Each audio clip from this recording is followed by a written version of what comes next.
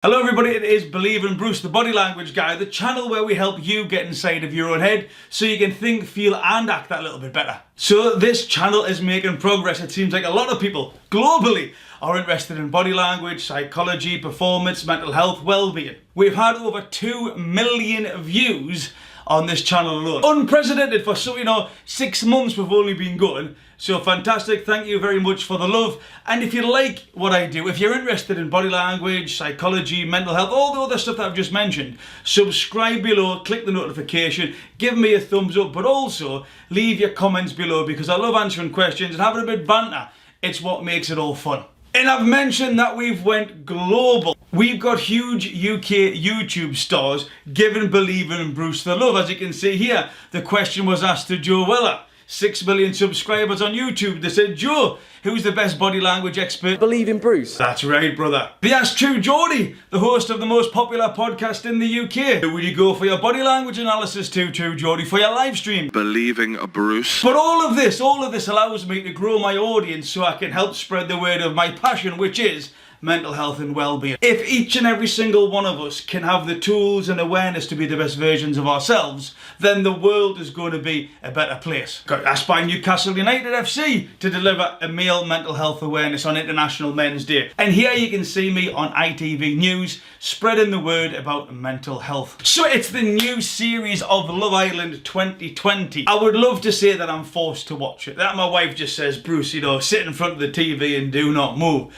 But it's one of those programs. I love looking at body language. I love people watching. So whether it's Big Brother, whether it's Love Island, whether it's anything like that, I always find myself fascinated by what's going on. What are they verbally saying, but then what is their body saying? Because that's where my passion is. So I've been doing this stuff around about 20 years now, probably longer, but actually officially for 20 years. Practicing psychology for 20 years, performance coaching, executive, call it coaching if you will, master's degree in coaching. But what I've got is decades of experience of sitting in front of people, asking them a question and then just shutting up. Watching how they verbalise their thoughts, but also what does their body do? Now that's something that can't be bought. And I've done this all across the world. Tens of thousands of hours of just watching people. And that's often where the key is. In being able to spot those little micro expressions that maybe is holding something back that they need to uncover, that they need to embrace or acknowledge in order to be the best versions of themselves, in order to be the authentic version of you. And body language doesn't have to be boring, just like mental health, it doesn't have to be serious. There's all aspects, the whole spectrum about it. It can be fun, it can be engaging, it can be educational, it can be frustrating, it can be beautiful is my point. There's nothing the matter with having some crack when you're discussing body language, with having a bit of a joke and a laugh when you're discussing body language. Now everybody's interested in body language, aren't we? We all want to figure out, is someone telling the truth? Is someone lying? Can you catch your partner out? This is all the beautiful questions that I get asked all the time. So there's interest in it, is my point. Everybody wants to be an amateur Sherlock Holmes. Everybody wants to catch their partner out. So let's start with a little introduction about body language itself. Now what we're looking for is 2 aspects. Are they joining up on? I'm going to keep it very simple, but as this Love Island series goes and the rest of the videos that I'm going to do, and again I've put my Prince Andrew one and some other ones in the links below, so have a look at that. There'll also be a link coming up at the end of the video. So we're looking for 2 areas. 1, what are we seeing? The verbalization of it. 2, what are we physically doing? What are our muscles doing with the body? And that's what we're really looking for. Are the 2 lining up? Is there synchrony? Is there congruence? All these, words that effectively mean the same thing. Because if they're not lined up, then we dig that little bit deeper. Effectively what we're looking for is comfort or discomfort. That's the sort of 2 categories where you can put it in. Comfort or discomfort. Do they look comfortable? Do they not? And once we broaden your eyes to what's going on, we see, this is the thing, we often see things, but we don't observe. Observing is seeing the bigger picture, seeing the detail, is seeing the things that you usually just bypass because maybe you're trying to get your message over. So that's what we're looking at here on the Believing Bruce channel, is giving you the skills to become body language experts, if you will. We've all got that ability to be able to observe things, but we just need to be able to move it from our subconscious to our conscious, to the awareness, so that we can observe everything rather than missing all these God-given clues and the interesting stuff. That is a huge proportion of language that's given to us, not just verbalization, but body language. That's where the interesting stuff is, and that's what we're trying to do here. Is so, have you seen this? Do you see that? That's why they're doing this. This is why they could be doing that.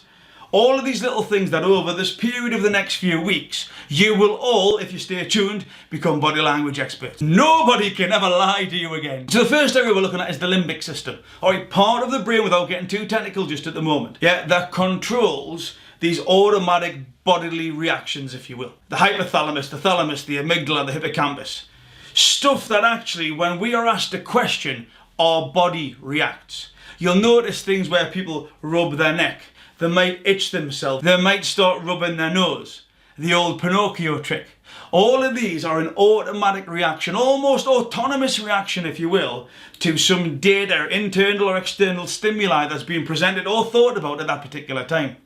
And if you can watch for these little giveaways, they are your KPIs, they are the key performance indicators that allows you to think, oh, hello, what's going on here? Let's dig a little bit further. And, a really good example, and this is very exaggerated, where if my partner asks me, does my bum look big in this? And I say no, but I nod my head at the same time.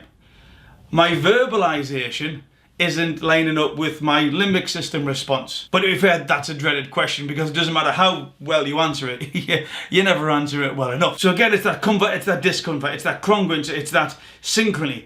Is what I'm saying lined up with what my body is doing? Now again, it's what I call that T-junction, that tipping point, if you will. Because when people say, oh, he just scratched his neck, or he rubbed his nose, or she done this, or she done that, etc. Generally, a good rule of thumb is what was being asked of them at that particular time, 2 seconds before, 2 seconds after, and what was their body doing.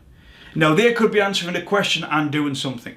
Yeah, so if they rub their nose while saying something, if it was me, I'd be digging a little bit deeper. That would be like alarm bells going off. If they say something and as they're saying something, they're scratching themselves. Again, that would be alarm bells. What are they feeling that discomfort for? What's going on? But it's all of these little things that if you start observing what people do, that allows you to be a better communicator, a better listener.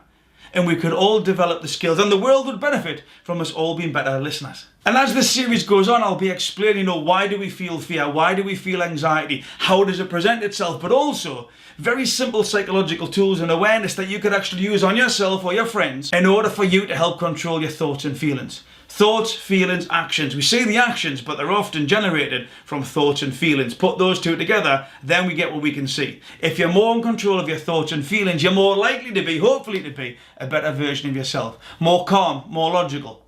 Feeling better, feeling more content. It just works. But with Love Island, alright, we've got to understand the context here as well. It's a little bit like if somebody's been talked to in the street by one of their friends, or they have been pulled in by the police because they're a murder suspect. We've all got an emotional baseline. In every single context, in every single situation, we've all got an emotional baseline. Now, the situations may be different. So say, for example, if you're talking to your friend in a bar, on the street, etc., your emotional baseline may be down here. If you've been pulled in totally sporadically, totally ad hoc by the police who think you're a murderer, and you've got no idea what's going on, it's a different situation. Your emotional baseline may be up here, but you'll still have an emotional baseline in that particular situation. Now, what we've got with Love Island is very similar to Big Brother. There's cameras, there's other things going on, etc. But people will have that emotional baseline. But the first fact that we need to get out there, alright, is the fame factor. Now, you hear people talk about, oh, I'm going on to Love Island because I want to find love. Stop lying. No, you don't. Alright, let's stop being authentic with ourselves. Let's actually be truthful. The reason why you're on Love Island is you want fame, you want glory, you want quick money, you want so many Twitter followers or Instagram followers, you want to get all the sponsorship deals, etc. Now, there's nothing the matter with that. There is absolutely nothing the matter by saying, hey, I'm here to get famous, I'm here to get richer. It satisfies my reward center part of the brain, it gives me that joyous feeling within inside. That's why you're on there. There is loads of other options that people could have took in order to find a love. Yeah, so you're not on Love Island to find love, you're Love Island to be famous. But the benefit that gives us from a body language perspective is that they're already fighting a lie. They already don't want to tell us the real reason why they're there. That makes their exaggerated behaviours, especially in the negative sense, really interesting to watch. Even more intense and enjoyable to watch. It's a bit like when you're guilty. It's a bit like when you've done something you shouldn't have. And you already know that you're guilty in your head. And then someone comes along, your partner, your husband, your wife, whoever it may be, and says, have you done this? Because you know, and you're trying to hide that lie, your body reacts in certain ways, produces certain hormones. That's really obvious that you're lying as well.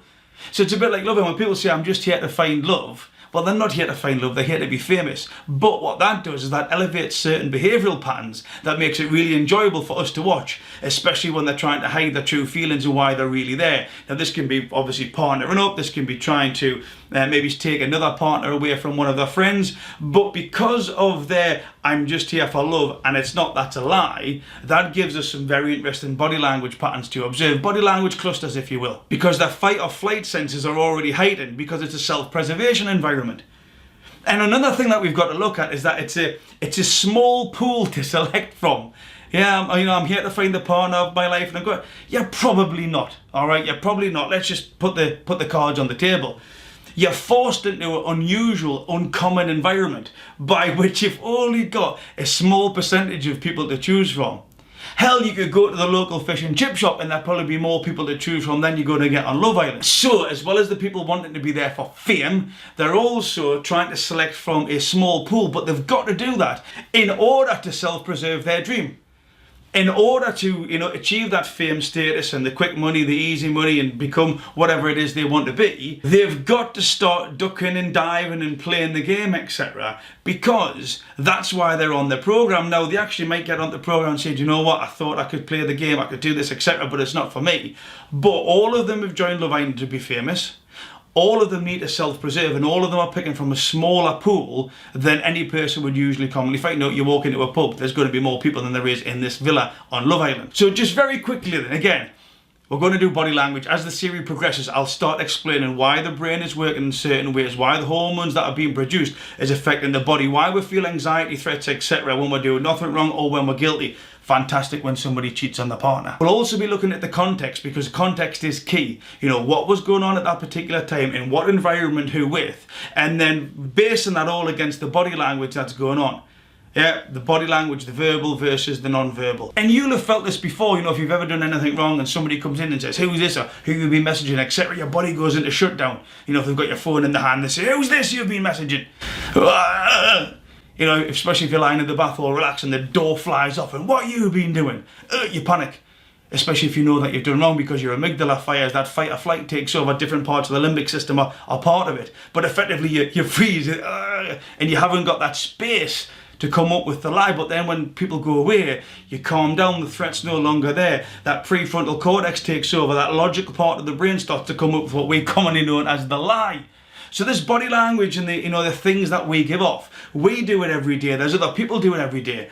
But by talking about it and saying, "Hey, have you noticed what they've just done? Look at that scratch, look at that nose twitch, look at their eyes rolling, look at how they look, look at how they swallowed," whatever it may be, all we're doing is we're heightening our awareness to be able to recognise more of what's going on, to hopefully make us a better version of ourselves. But the Love Island series is going to be quality. I am really looking forward to it. I am really looking forward to it because of all the emotional stress that can come with an environment such as the villa. So I'll not take too much more time. If you want to have a look at body language and almost start training yourself, if you will, here's my link for the Prince Andrew video. Nearly over 200,000 views, fantastic response there, but a real good introduction into body language itself. Remember to subscribe, follow us on Twitter and Instagram, comment below, give us a thumbs up, but more importantly, believe in Bruce. Be kind to yourselves and each other.